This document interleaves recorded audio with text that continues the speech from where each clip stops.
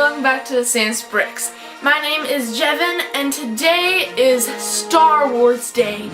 It is May the 4th. So in honor of that today, we're going to be making some LEGO Star Wars micro battles. So for those of you who don't know, May 4th is International Star Wars Day because... May the 4th be with you. But enough Star Wars Day talk. Now let's move on to our micro battles. So for our first micro battle takes place on the desert of Tatooine. It's the Mos Espa Pod Race. So the Mos Espa Pod Race is the most dangerous pod race in the sport. It takes place, like I said before, on the desert planet of Tatooine, hence the desert environment. And in this micro build here, I have two pod racers, Sebulba's Podracer and Anakins Podracer, and they are competing for first place.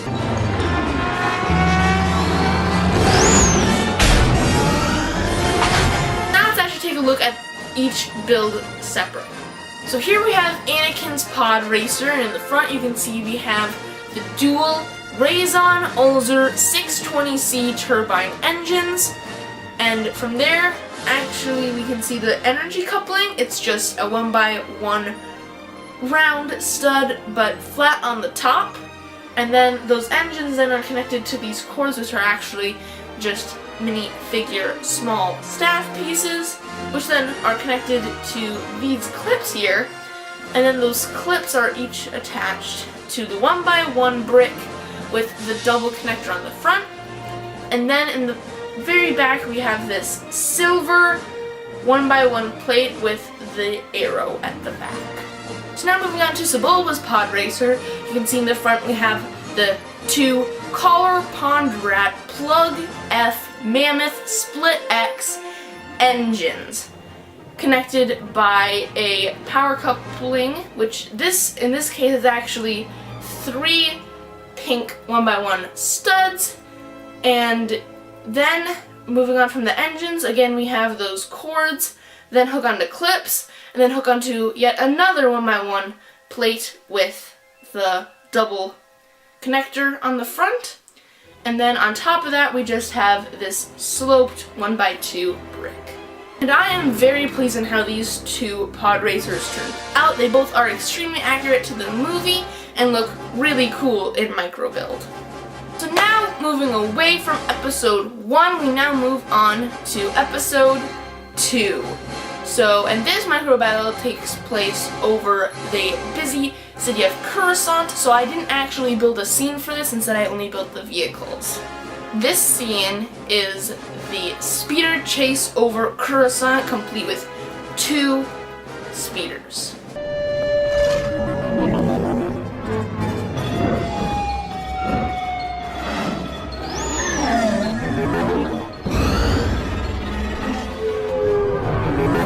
So this scene is from, like I said before, episode 2, and it takes place with Zam Wesell's speeder and Obi-Wan Kenobi and Anakin in this borrowed yellow speeder.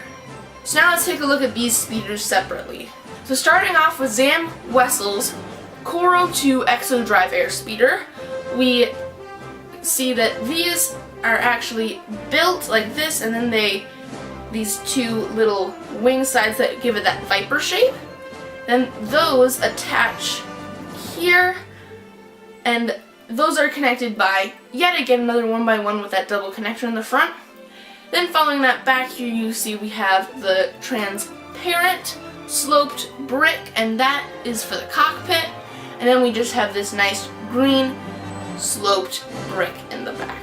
So now moving on to the XJ6 Airspeeder.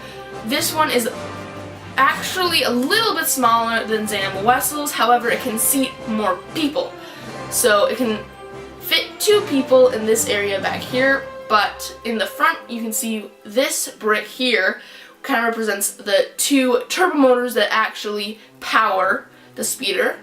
And then as we go back we can see I have 3 of those 1x1 transparent slopes for the larger cockpit, and then in the back I have 3 yellow 1x1 slopes to give the speeder a curved, slick, smooth look to it. So this next battle occurs in space over the marshy planet of Scarif. This is the Hammerhead Corvette versus Star Destroyer battle. So this scene is being waged to try to get the shields down over Scarif, and one of the Star Destroyers occupying or kind of guarding the space gate gets electrically shocked and gets deactivated. So then the Hammerhead Corvette comes in and pushes that Star Destroyer into the gate to make it explode.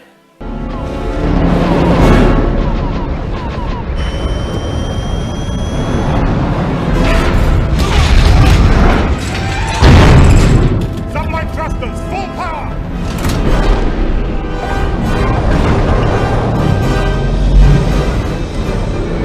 So this little wall here is just to depict the side of the Star Destroyer. It isn't really all that complicated. It's just a bunch of spare gray bricks. But this Hammerhead Corvette here is very detailed and very accurate to the movie. In the back here, what I've done is I have this 1x2 plate with just the one stud in the middle, and that allows for the accurate 5 thrusters in only a 4-studded space. For this front here, all I used are 2 of these 1x2 sloped orange bricks to give it that Hammerhead look to it. Now moving on from Rogue One, we come to Episode 4, A New Hope. And for my battle from that movie, I built the beloved X-Wing. So the Incom T-65 X-Wing Starfighter is among one of the most recognizable fighters from Star Wars. It was the main fighter in the original movie and has appeared in other movies like Rogue One and The Last Jedi. So this is a very, very well-known ship. And this build is actually very, very similar to the Micro X-Wing Lego released in 2012. Except for the fact that I have customized mine a little bit more. Now let's actually take a look at this. So this is built very, very to scale. It has very detailed, including an R2 unit, posable wings that can give it that distinct X shape, 4 thrusters in the back, 4 engines in the front, and a cockpit.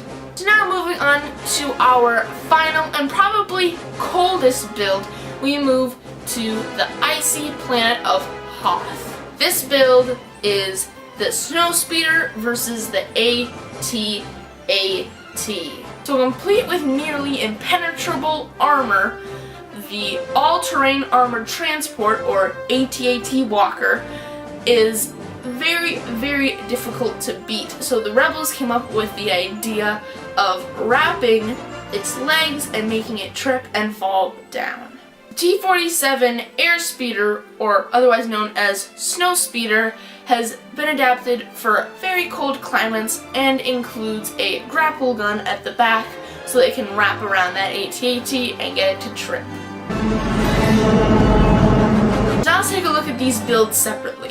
So first off, we have this teeny tiny Snowspeeder, and this is literally made up of 4 bricks. It has 2 of these 1x2 sloped bricks, and then it has that 1x1 piece with the connector on each end, and the 1x1 clear for the cockpit. And for this AT-AT, it's actually a quite simple design.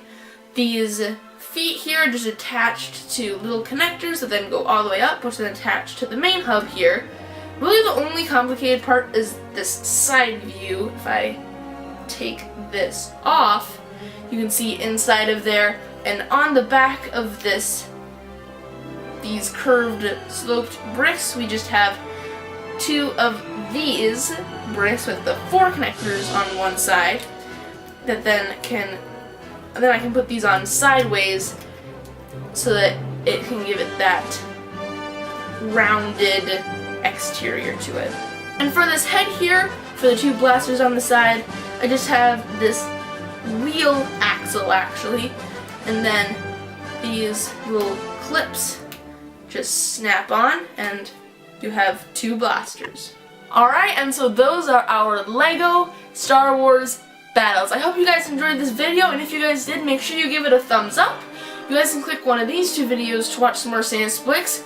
You can click here to subscribe, and remember, May the Force be with you.